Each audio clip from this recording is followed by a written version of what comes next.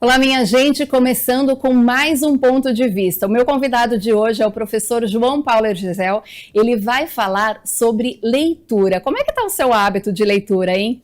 Olha, um país onde mais da metade da população não leu nenhum livro nos últimos 3 meses, o topo da lista de livros mais vendidos, o que ocupa espaço são os livros de colorir e autoajuda. Professor, muito obrigada pela sua presença. Eu acho que a gente já pode começar justamente com essa abertura, né? O que esses números têm revelado? Porque, assim, no topo estão os livros de colorir e autoajuda. Será que as pessoas estão mudando o gosto pela leitura? Então, obrigado pelo convite.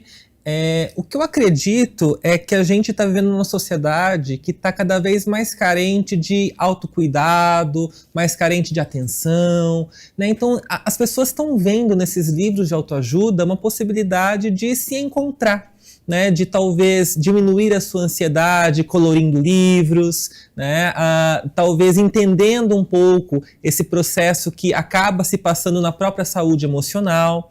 E muitas das vezes são pessoas que querem construir algum negócio, acabam adquirindo algum livro de autoajuda dedicado à administração, dedicado ao comércio, né, a empreender. Então acho que esses livros, os de autoajuda, tanto no âmbito mais comercial, quanto no âmbito mais psicológico, estão ligados justamente a essa fase em que a gente vive, que as pessoas estão entendendo que precisam procurar algum tipo de ajuda e que, para além de uma ajuda terapêutica ou ajuda médica, acabam encontrando nos livros um meio de se entender e de se desestressar. Assim como a gente tem também essas pessoas que buscam conhecer um pouco mais do nicho em que querem empreender, como se tornar líderes, como falar melhor em público. E aí esses livros de autoajuda mais dedicados à área da comunicação ou à questão comercial acabam se sobressaindo também.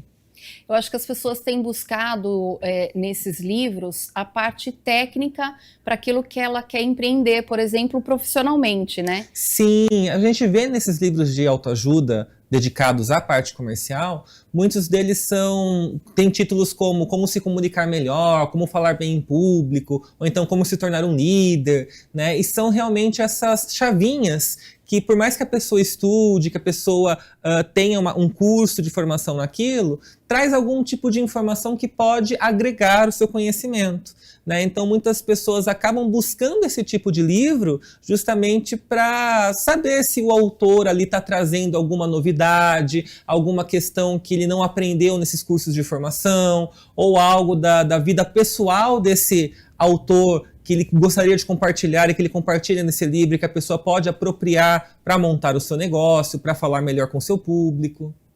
Os números também mostram que perdemos mais de 7 milhões de leitores em 5 anos e a maioria da população brasileira tem se declarado não leitora. Acho que é uma afirmação talvez um pouco grave, né? A gente sabe que o Brasil é um país onde as pessoas não têm muito hábito de ler, né? Por muitas vezes foi inclusive questionado o preço dos livros, né? O acesso à literatura, mas hoje tem a questão do gosto também, né? As pessoas não se sentem à vontade em ler, não têm interesse pela leitura de um modo geral.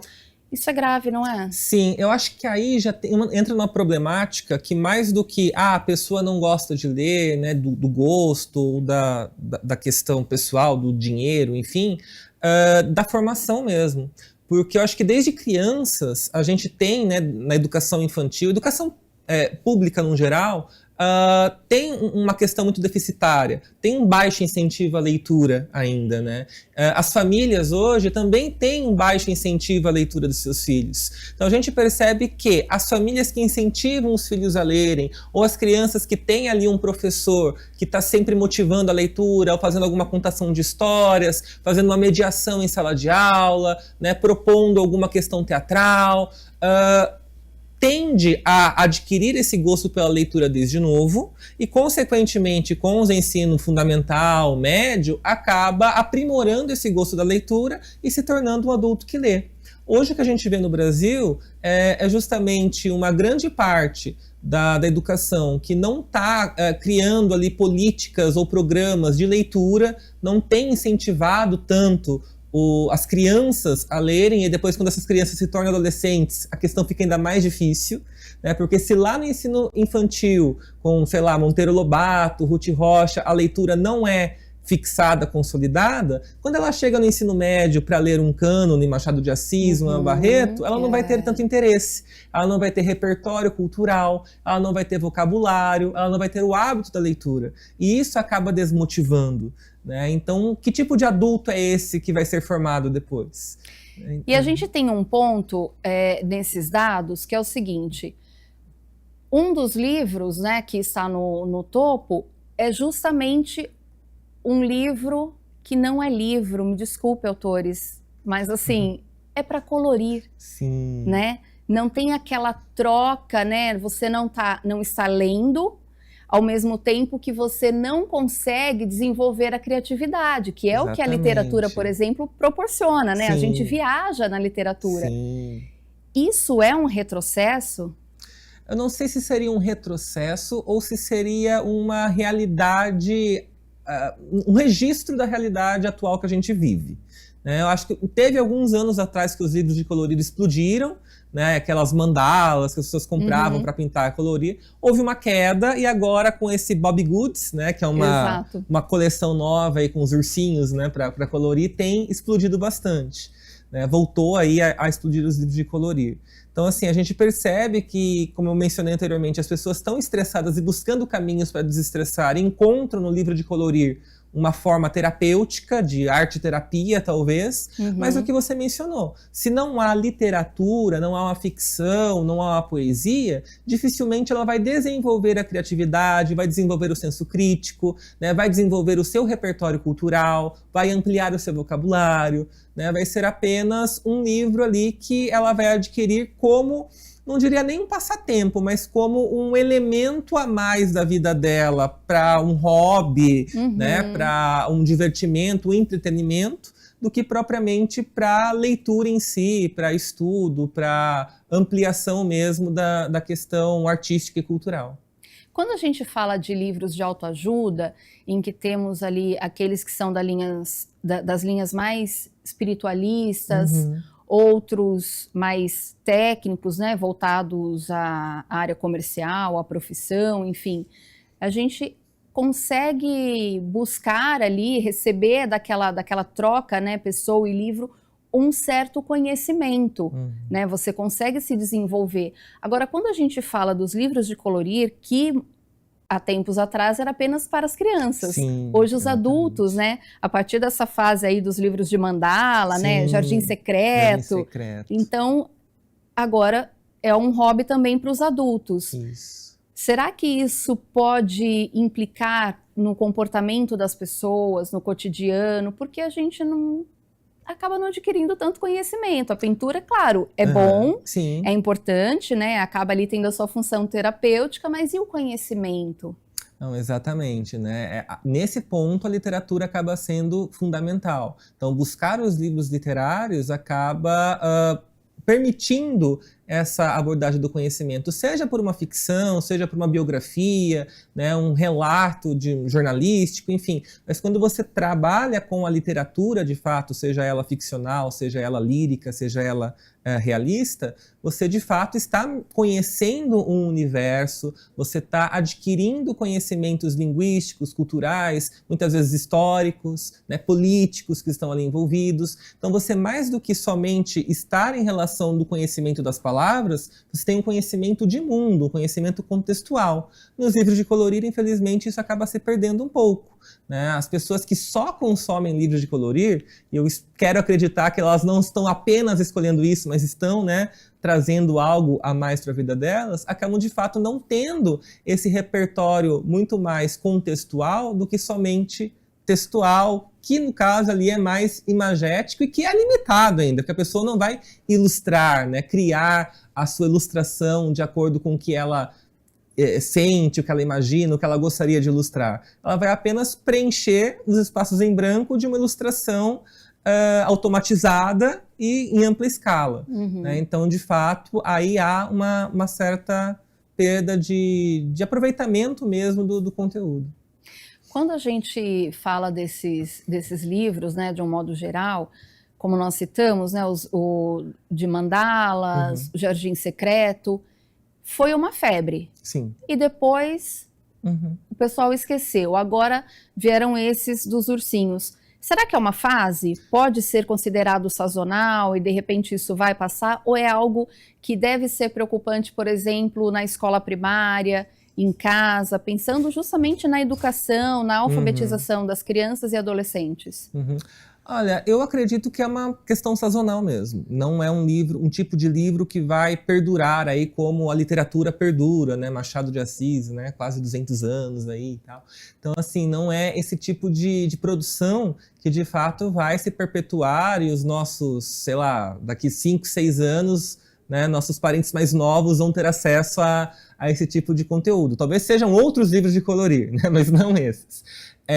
Mas a questão de ter um livro de colorir, como eu falei, eu não vejo como algo prejudicial desde que não seja só isso. Não se limite a isso. Entendi. Você pode muito bem adquirir o seu livro de colorir, na sua hora livre você vai lá, pinta sua casinha, seu ursinho, né, e tal, sua mandala, mas é bom que você dedique um tempo também para a leitura. E não apenas a leitura dos livros de autoajuda. Né, que de fato tem aí um boom, né, muito grande, sobretudo livros religiosos que você comentou também, né, muitos espirituais ali, até por causa dos líderes religiosos, de muitos influenciadores que trabalham com essa questão da religião também, né, que acabam aí sendo uma oferta talvez de cura, de conforto, de tentar muitas vezes entender o que ainda não está muito claro para o ser humano, que a ciência não explica. Então, as pessoas acabam sendo despertadas por essa vontade, essa crença, né, e acabam indo atrás desses livros. Né? Então, além desses, é importante que a gente tenha um espaço na nossa vida para se dedicar à literatura. A ideia seria, então, mesclar, né? Sim. É possível colorir quando tem ali um tempinho de folga, mas de repente mesclar com um Machado de Assis, por exemplo. Sim. Já me lembrei de Capitu aqui. Exatamente, tá vendo? Dom Casmurro ali, Capitu traiu ou não como, traiu, né? Então, aquela uma discussão... Aliás, essa discussão acho que durou mais do que Quem Matou Odete Roitman, né? Com certeza. Há muito tempo. Mas assim, eu acho que quando a gente coloca esses dados diante dos alunos, principalmente em escola pública, a gente precisa lembrar que nós vivemos um momento das telas, né?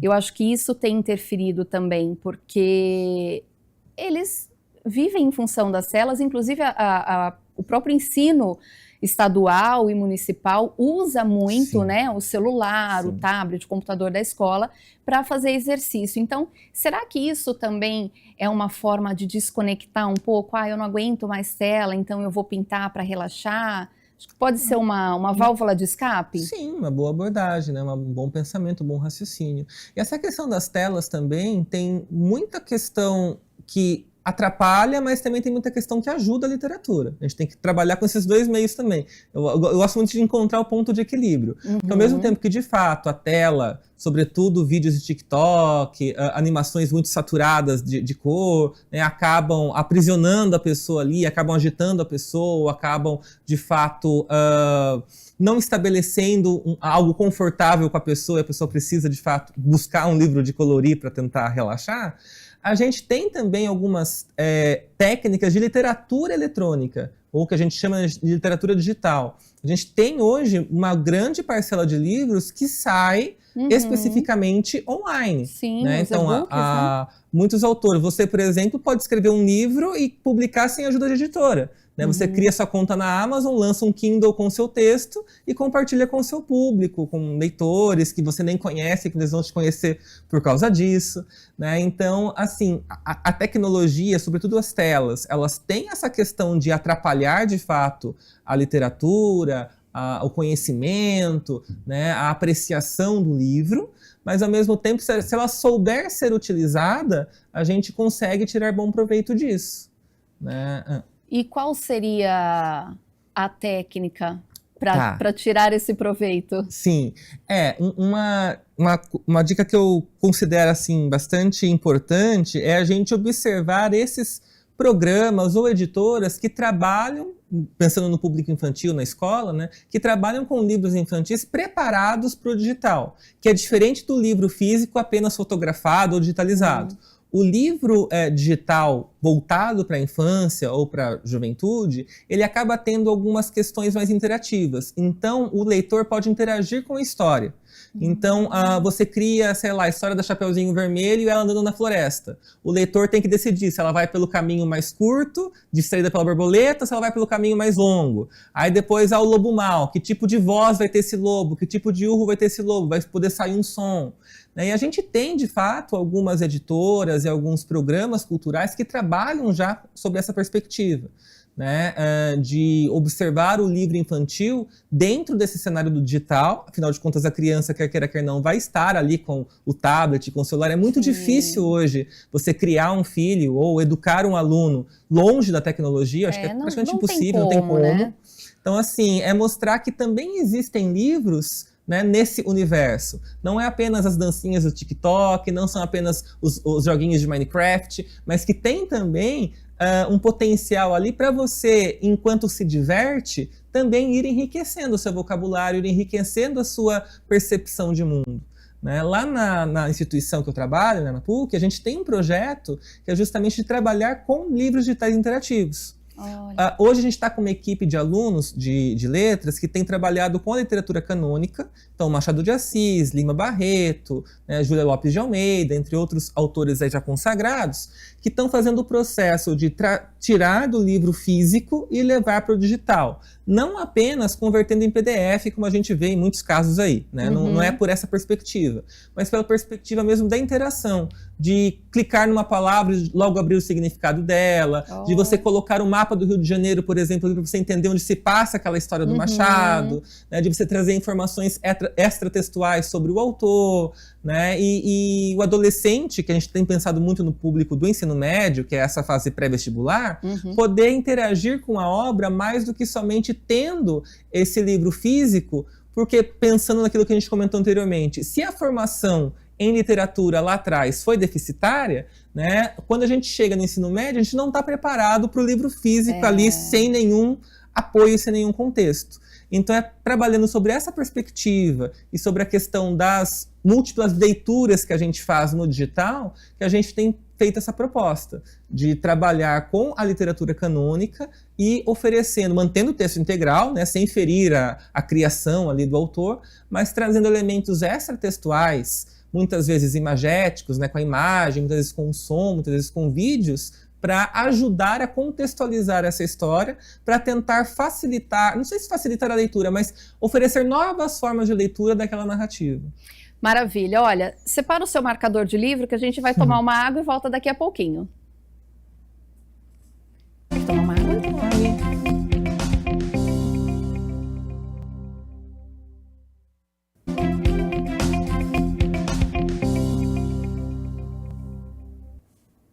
Voltamos com mais um ponto de vista. Eu estou com o professor João Paulo Hergesel, professor de letras, né? Isso. E é justamente o que nós estamos falando, né? Sobre literatura, né? Os números têm mudado um pouco no Brasil e eu acho que é importante a gente ressaltar que, assim, claro, sempre que surge algo novo, as pessoas vão atrás, querem conhecer o novo, experimentar. Mas tem aqueles que ainda não conseguiram tomar um gosto pela literatura brasileira, por exemplo, mas tem ali um interesse. Quais seriam as dicas?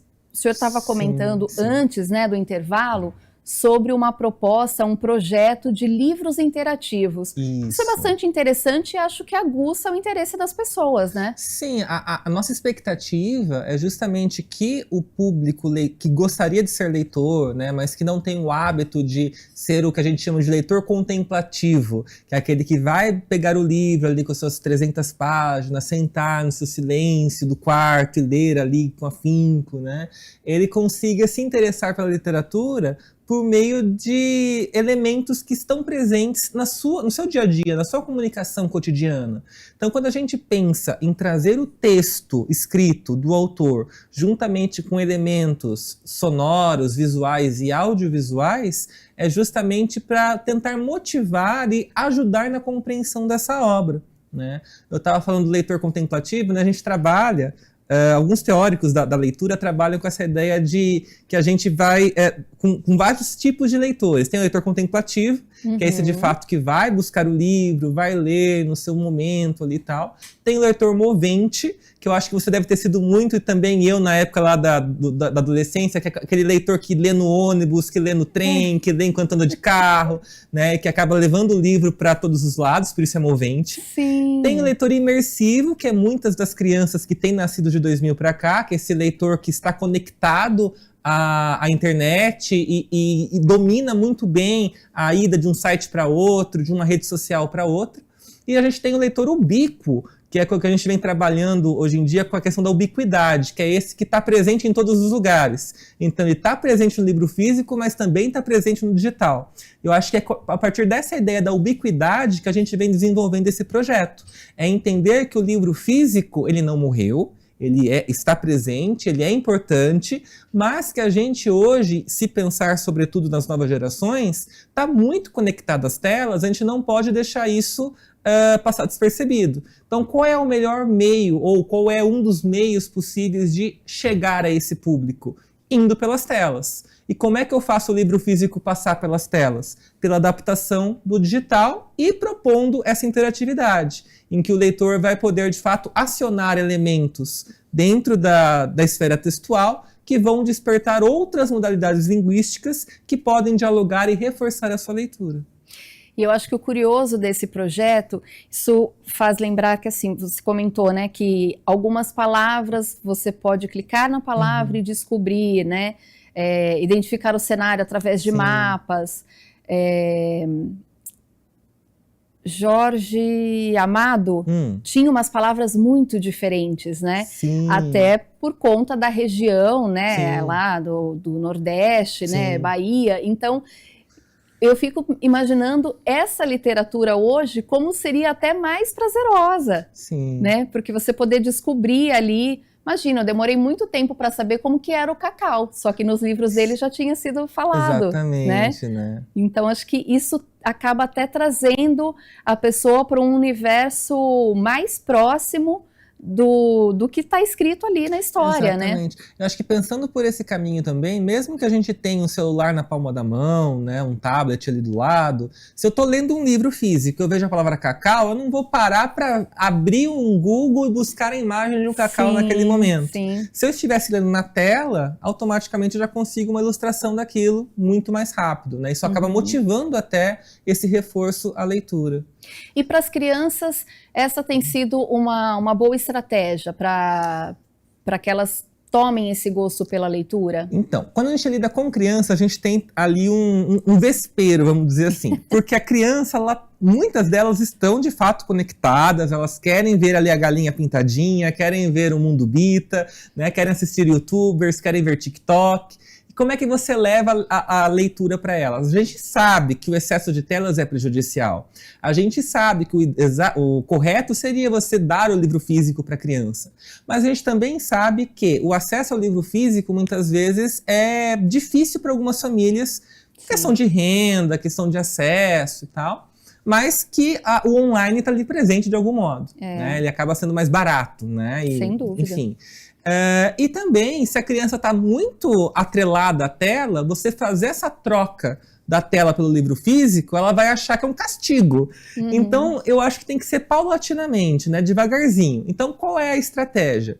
É você utilizar a literatura infantil, trazendo essa ideia da interatividade, da digitalização do livro infantil, para que a criança, a partir da brincadeira, do lúdico, da ativação de som, possa ir conhecendo a história, adquirindo interesse por aquilo e entender que aquela obra que está ali no digital, que permitiu que ela brincasse, que ela se divertisse, também está no livro físico. Então, vou conhecer agora o livro físico. Né? É trabalhar com esse processo, talvez, de, a partir do que ela tem hoje, estimular a leitura do do outro. Né? Eu tenho agora uma outra equipe que vai começar a trabalhar nesse projeto também, que aí é dedicada à literatura infantil. Então, nessa primeira etapa, a gente trabalhou com uma ideia de um público mais voltado de ensino médio, né? Adolescentes aí pré-vestibulandos, com literatura clássica. E agora a gente vai trabalhar com crianças, de fato, com a literatura infantil. E nós selecionamos algumas obras que são da história da literatura infantil que foram apagadas. Então, muitos autores, João Kopke, a Adelina Lopes Vieira, a Zalina Rolim, enfim, vários autores do início, finalzinho do século XIX, início do século XX, que acabaram se perdendo com o tempo, enfim, questões aí políticas, culturais, econômicas, sim, enfim. Sim. E aí nossa ideia, então, é resgatar esses livros, ver o que ali de fato contém de literatura, né, fazer uma análise disso, de qual é o teor, a qualidade ou o teor poético dessa obra e propor a reedição. E essa reedição, para além do impresso, a gente pensa no digital. Porque quando você traz essa obra para o digital, você atinge essa criança com muito mais velocidade, né, em várias regiões do Brasil e outros países lusófonos também. Professor, e essa tendência... pensando até dentro desse projeto, dessas novas práticas, é uma reflexão apenas por conta do mundo atual que nós vivemos hoje, bastante tecnologia, ou tem também um peso do mercado editorial? Porque as pessoas precisam lucrar, né? As pessoas vivem disso, né? Acho que a palavra mercado editorial diz muito, né? A gente ainda trata a literatura como, é uma obra de arte. De fato, a literatura, ela nasce nas artes. Se a gente for fazer uma análise aí dos livros, sobretudo literatura clássica, ou de alguns autores super premiados do contemporâneo, a gente vai ver ali uma qualidade poética e tal, artística, muito embasada, né? Mas a gente tem que entender, e buscando aí a lista dos mais vendidos, que os livros mais vendidos hoje, que aquecem o comércio editorial, não são esses. Né? Então, assim, então vamos parar de fazer literatura? Não, de forma alguma. Né? A gente tem que encontrar, de fato, entender que o mercado editorial não é necessariamente literatura. Então, assim, obviamente que a editora que publica livros de colorir, também pode publicar literatura. Então, se eu publico um livro de um autor que acaba não vendendo, essa publicação foi um erro? Não, porque ela teve ali todo o teor artístico, ela cumpriu uma função cultural, uma função artística. Mas como é que a editora vai lucrar com isso? Aqui nos livros de colorir, nos livros de autoajuda. Então, existe uma espécie de equilíbrio também dentro do mercado. Por mais que a editora tenha uma vontade muito clara de trabalhar vou trabalhar apenas com autores da literatura clássica. Mas aí encontra esses obstáculos de como é que eu vendo isso? Quem é o público que vai ler? Eu vou ter, obviamente, aqueles que se interessam por literatura, alunos de letras e tal, que vão se interessar por isso. Mas e o grande público? Então eu vou criar aqui um livro, assim, para vender e com esse dinheiro, desse lucro, suportar essas vendas aqui. Fazer a máquina girar. Fazer a máquina girar. Mas, obviamente, que a gente também tem as editoras de nicho. Né? Então, tem editoras, por exemplo, que trabalham muito com literatura afrodescendente. Então, são editoras que só vão publicar autores afros, literatura afro, e que tem um público afro muito forte. Tem as editoras que vão trabalhar com uma linha editorial LGBT. E aí vão ter autores LGBTs, histórias LGBTs e um público muito forte LGBT que vai fazer a economia girar. Então, tanto as editoras que propõem esse equilíbrio, literatura mais o que vende, quanto as editoras trabalhadas em nicho, são estratégias de mercado editorial.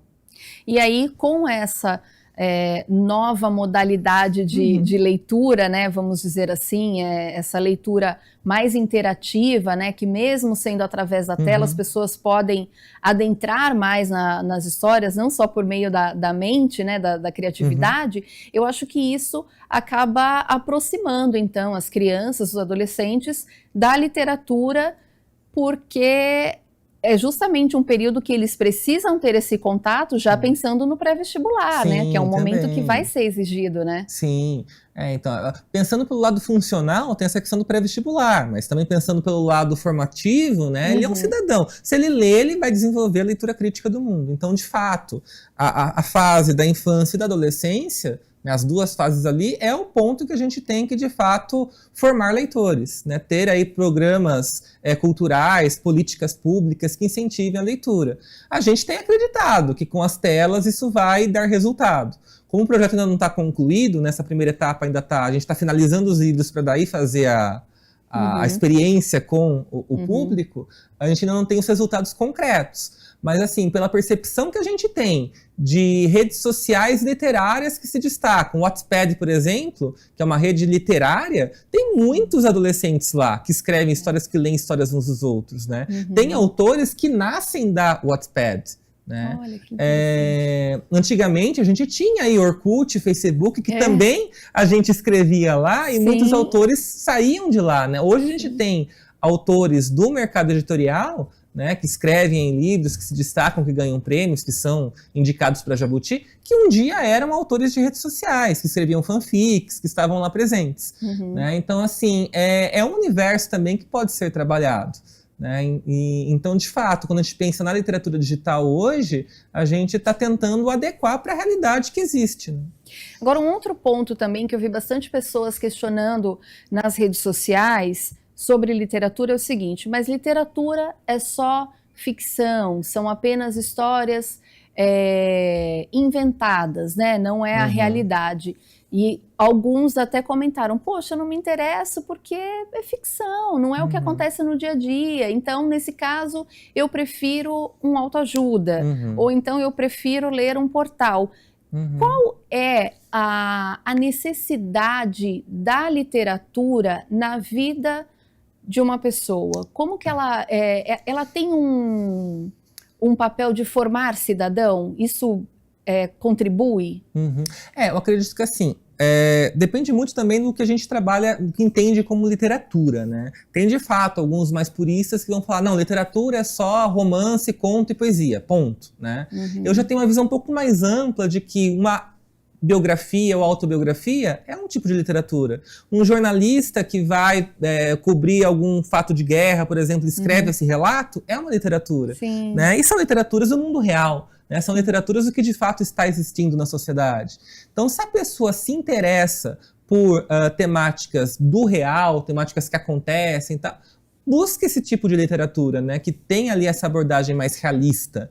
Agora, se a pessoa quer dar oportunidade para a ficção ela propõe muito do cognitivo, né? Então, ela permite que a gente imagine cenários, que a gente imagine personagens, que a gente imagine ações, e a partir desse imaginário, a gente movimenta nosso cérebro, movimenta nossa criatividade, a gente se torna mais comunicativo, a gente se torna mais criativo, a gente pode desenvolver melhor até no âmbito de trabalho, né? Seja um professor que vai conhecer melhor as palavras e vai dialogar melhor com os alunos, que vai ter brincadeiras lúdicas na hora. Brincadeiras lúdicas é até planasmo, né? Mas que vai ter uma ludicidade maior na hora de lidar com o ensino, né? Seja um profissional de escritório mesmo, que vai ter ali uma maneira melhor de vender um produto, que vai ter uma maneira melhor de se comunicar com o cliente, seja por e-mail, seja por telefone.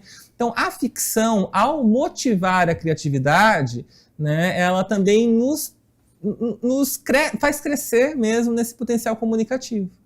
Agora, quando a gente pensa em associar, por exemplo, o e-book, eu posso ali ler e ao mesmo tempo ouvir. É uma boa dica, é uma estratégia para aquela pessoa que quer se inserir nesse momento de se tornar um leitor? Eu acredito que o audiobook, sim. O audiobook tem crescido bastante também. A gente tem agora plataformas que se dedicam ao audiobook, né? E, de fato, vejo alunos mesmo de letras que falam: ai, professora, eu me concentro melhor quando eu estou lendo com o audiobook. Porque daí não é apenas ouvindo a história, mas ela vai lendo e a história vai, porque permite um foco maior para essas pessoas. Porque a gente sabe que tem pessoas que vão ser mais visuais e tem pessoas que são mais sonoras. Né? Tem pessoas que ouvem muito bem e que acabam gravando, memorizando ou adquirindo conhecimento por aquilo que ouvem. Né? Então, para essas pessoas, o audiobook pode sim ser uma solução. Né? Seja como uma entrada no mundo da literatura, ou seja como uma forma de consolidar mesmo enquanto leitor. E eu vi uma pergunta, tenho certeza que é de algum aluno assim que ainda não se adaptou muito à leitura. Ele perguntou assim na internet: professor, o livro, para ser bom, ele precisa ser muito grande, precisa ter muitas páginas?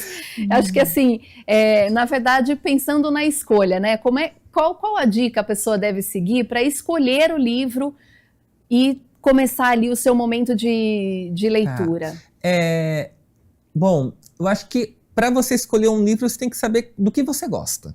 E a partir do que você gosta, você vai afunilando ali as informações para chegar na obra que mais vai te agradar. Então, se você tem uma facilidade de se identificar com histórias adolescentes, romances ali, primeiro amor e tal, eu vou na literatura juvenil. Né? Sobretudo o Tiquilite, que vai trabalhar com essa questão mesmo dos romancezinhos ali. Eu gosto de aventura, gosto de tentar descobrir mistério e tal. Então eu vou buscar um livro mais voltado ao mistério, romance policial, uma Agatha Christie da vida. Então assim, é você tentar identificar aquilo que você gosta. Porque a partir daquilo que você gosta, você acaba indo até um livro ali com que você vai ter uma identificação. E quanto à questão da grossura do livro, se o livro tem que ser grande para ser bom, hoje a gente tem autores muito premiados que são microcontistas, né, que escrevem ali histórias de 140 caracteres. Né? Na época do Twitter, isso surgiu como uma febre também. Sim. Porque como o Twitter limitava a 140 caracteres, hoje no X é um pouco mais, né? Mas o Twitter, que era 140 caracteres, muitos autores se sentiam desafiados a contar histórias completas em 140 caracteres. E hoje a gente vê muitos autores que, de fato, desenvolveram essa estratégia. Alguns falam que é muito difícil, eu também acho muito difícil, mas que desenvolveram essa estratégia de contar histórias completas com o mínimo de palavras, né, sendo concisos. Agora, tem gente que vai gostar do máximo do detalhe, né? O Senhor dos Anéis, lá com Tolkien, que vai falar da pedra, fica 6 páginas escrevendo a pedra, na sua dimensão, na sua textura, na sua cor, etc. Então, as pessoas que gostam desse tipo de narrativa mais detalhista, né, mais aprofundada, não sei dizer aprofundada, mas mais detalhada mesmo, acaba indo buscar esses livros mais grossos. Né? Mas não é porque o livro é grosso que ele vai ser bom, mas também não quer dizer que vai ser ruim. Depende muito ali do autor e do contato que você vai ter com a obra. E aí, nesse caso, um livro de autoajuda que tem a ver, por exemplo, com o momento que a pessoa está vivendo, acho que ele pode ser plausível, né? Total. Né? Eu acho que teve um tempo aí que um dos livros mais vendidos era sobre ansiedade, né? Como controlar a ansiedade. Porque era um momento ali, ainda, né? Um momento em que todo mundo tem uma quantidade ali de ansiedade que precisa ser controlada. Obviamente que alguns têm isso de forma médica, né, diagnosticada, mas todo mundo tem um pouco de ansiedade ali para tentar controlar no dia a dia, né? Eu vindo para cá, por exemplo, encaro um trânsito, putz, não vou chegar no horário, meu Deus, o coração começa a acelerar, como é que eu controlo isso? Né? Então, assim, se a gente, de fato, desenvolve esse tipo de comportamento e precisa de ajuda, o livro de autoajuda pode dizer, respira fundo, pensa que vai dar tudo certo, não pensa nas questões negativas. Olha, teve uma experiência que aconteceu em tal lugar que foi assim. E essa troca, né, acaba funcionando para a pessoa, né? A gente vai chamar de livro funcional. Né? Ele acaba sendo muito mais funcional do que propriamente artístico, de deleite. Bom, o que não dá para negar é que a literatura, né, o gosto pela literatura forma pessoas e seres humanos de formas diferentes, né? As pessoas passam a ter ali, acho que até comportamento diferente, porque elas se identificam ali, às vezes com o personagem, ou às vezes situações da vida, e elas começam a retratar o seu cotidiano de uma forma um pouco, talvez até mais leve, né? Consegue driblar o momento de ansiedade, por exemplo, também, né? Eu acredito também que, assim como muitas vezes a gente assiste uma série e a gente fala assim, não, a minha vida é uma série, né? Eu tenho temporada, estou agora na minha 30ª temporada, agora vai dar tudo certo, isso daqui é só um conflito, até o último episódio isso daqui vai melhorar. O livro é a mesma coisa, eu posso ler e encarar que a minha vida é como um livro. Hoje eu estou num capítulo, amanhã estou em outro, né? E me identificar com os personagens, né? Você mencionou aquela hora da Capitu com o Bentinho, né? Ai, a Capitu, aquela filha da mãe. Ou então a Capitu, pobre coitado, o Bentinho tão doido e tal. Então, assim, você acaba se identificando com o personagem, criando, né, a sua relação afetiva. Acho que uma associação muito interessante de ser feita também, a gente tem muitos filmes, séries, que surgiram a partir de livros, né? Então, acho que a partir do momento que a pessoa assiste a série ou o livro e se identifica, ela pode, de repente, se interessar em ler o livro, porque o livro, é claro, vai estar mais completo, né? Vai ter mais detalhes, exatamente. né? Então... a gente fala que muita gente julga, né? Porque o livro é melhor que a série, o livro é melhor que o filme. Eu falo que não dá para trabalhar com comparativos, porque são mídias diferentes, obras diferentes, propostas diferentes. O livro teve um escritor, passou por um editor, né? Teve um pensamento que é para funcionar como livro. A série teve um roteirista, que nem sempre é o mesmo autor, teve um diretor, que geralmente nem faz parte da parte editorial, e vai ter um outro pensamento para você assistir e ouvir, né? Então, assim, são obras diferentes. Mas, de fato, se você se identifica com uma série, muitas vezes você vai buscar o livro para tentar conhecer um pouco mais esse personagem, um pouco mais desse autor. Tanto que, por mais que muitas séries e filmes sejam derivadas de livros, hoje a gente vê em alguns casos o movimento inverso, que é o filme faz sucesso, a série faz sucesso, eu lanço um livro baseado naquela série, naquele filme.